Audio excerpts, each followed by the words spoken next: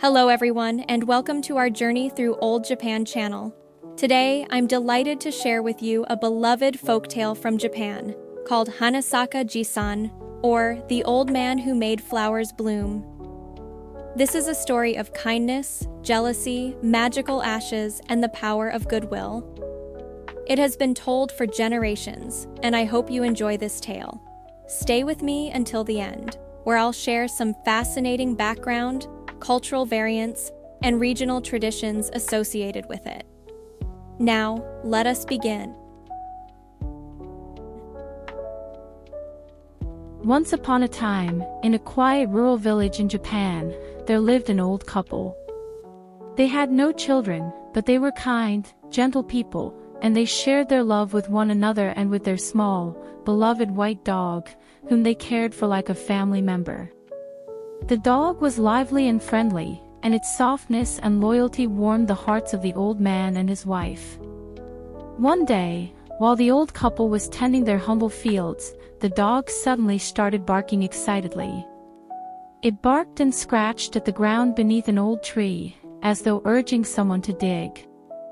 The old man hurried over, curious, and began to dig in the spot the dog had hinted at. To his surprise, buried in that earth was a box filled with gold and precious coins, a treasure hidden beneath the soil, long forgotten. The old couple were astonished, but they were honest and kind, and they resolved to use the treasure to live comfortably and generously. Not far away lived a neighbor, a man who was greedy and envious. One day he watched as the dog barked and dug, and he saw the old man unearth the treasure. His jealousy flared. He thought, surely that dog must have some magical gift that finds treasure. So he demanded to borrow the dog for himself, promising to treat it well. The old man reluctantly agreed, though he warned, "Please treat the dog kindly as we have." But once the greedy neighbor had the dog in his possession, he forced it to dig in his own garden. The dog scratched and barked, but when the neighbor dug, all he found was old bones, rotted wood, or worthless debris. Frustrated and furious, he lost his temper. In a cruel act, he killed the dog and buried it in a shallow grave, then told the old couple that the dog had died of natural causes. The kind old man and his wife were heartbroken at the loss of their faithful companion. They mourned deeply. Yet, in their grief they clung to memories of the dog's devotion and loyalty. That night, in his dreams, the spirit of the dog appeared to the old man, saying, "Cut down the tree under which I was buried. From its wood, make a mortar, and let my spirit work through it." The old man awoke and told his wife the dream. Though saddened, she agreed they should obey. They traveled to where the dog had been laid to rest, cut down the tree over the grave, and fashioned a mortar from its trunk. Then, they placed rice grains inside and began to pound them, as though making mochi or rice cakes. To their astonishment, as they pounded the rice, it multiplied and transformed. What had been a small handful of rice swelled and became more abundant. The rice cakes became richer, more plentiful than they could have ever expected. The old couple could hardly believe their eyes. It seemed that the dog's spirit endowed the mortar with wonder. News of the mysterious bounty spread. The greedy neighbor, hearing of this strange miracle, demanded to borrow the magical mortar. The old man, though wary, agreed. But the neighbor, unworthy and unvirtuous, used it carelessly. The result was disastrous. Instead of producing beautiful rice or cakes, the mortar yielded nothing but foul scraps. He then smashed it, burning the wood. When the old man asked for the return of the mortar, all he found was ashes. Though sorrowful, he accepted even the ashes, collecting them in a paper bundle. He stored the ashes in a careful container, grateful for what remained. One crisp autumn day, as the old man returned to his fields, he felt prompted to scatter some of the ashes beneath a withered tree, a cherry blossom tree that had long lost all its petals and stood bleak and bare. He whispered softly, "Blossom. blossom again, and gently scattered the ashes. To the astonishment of all who saw, pink and white cherry blossoms burst forth, as if spring had returned in a single moment. The branches bloomed richly, and petals fluttered down in delicate showers.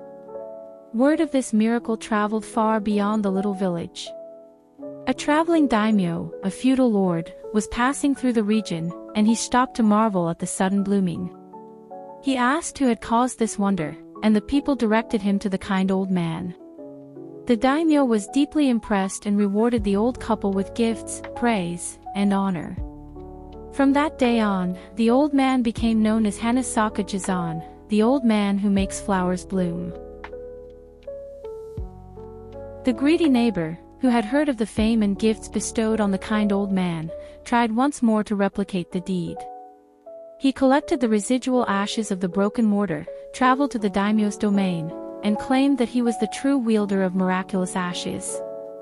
He attempted to revive a dead cherry tree in the daimyo's garden. But the tree did not respond.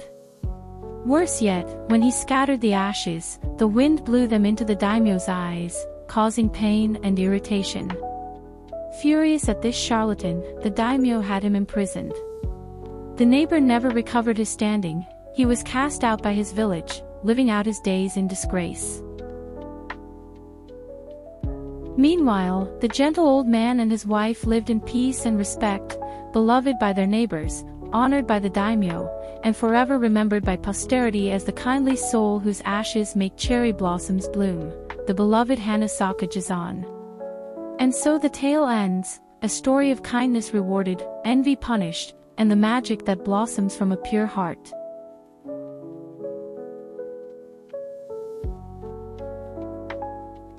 Thank you all for listening to the story of Hanasaka Jisan. I hope you felt the wonder, the sadness, and the joy woven into this timeless Japanese folktale.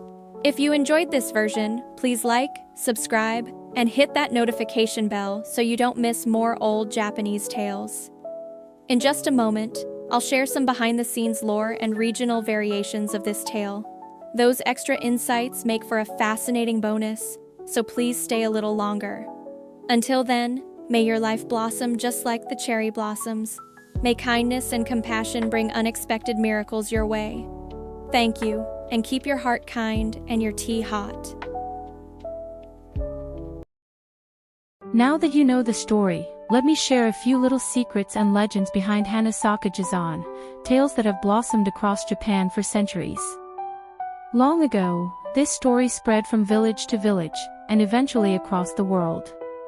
In English, it's known by many names: the old man who made withered trees blossom, the ashes that made trees bloom, or even the envious neighbor, as retold in Andrew Lang's Violet Fairy book back in 1901. The loyal dog in the story is often called Shiro, meaning white, though some old storytellers say his name came from a funny misunderstanding, maybe came or kamiya, from someone shouting, "Come," to their dog. Because he's small and white, people like to imagine he looked like a Shiba Inu, faithful, clever, and brave. As for the deeper meaning, the tale reminds us that kindness makes life bloom, while greed and cruelty wither the heart. Even ashes, once symbols of loss, become the source of new life and hope when guided by a pure spirit. Across Japan, many versions of this story have taken root. In some, it's plum trees, not cherry trees, that bloom. In others, the greedy neighbor isn't imprisoned but forced to wander forever, unwanted and alone. Some storytellers even add a scene where the old man revives the Lord's favorite tree in his garden, making the moment even more dramatic. And still today, during spring festivals, children chant Hana o Sakasio, bloom, bloom, blossom, as petals swirl in the air.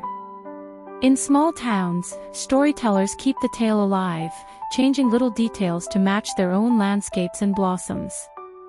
From one village to another, and now across the world, the spirit of Hanasaka Jisan continues to bloom, a gentle reminder that even the smallest act of kindness can bring life where once there was none.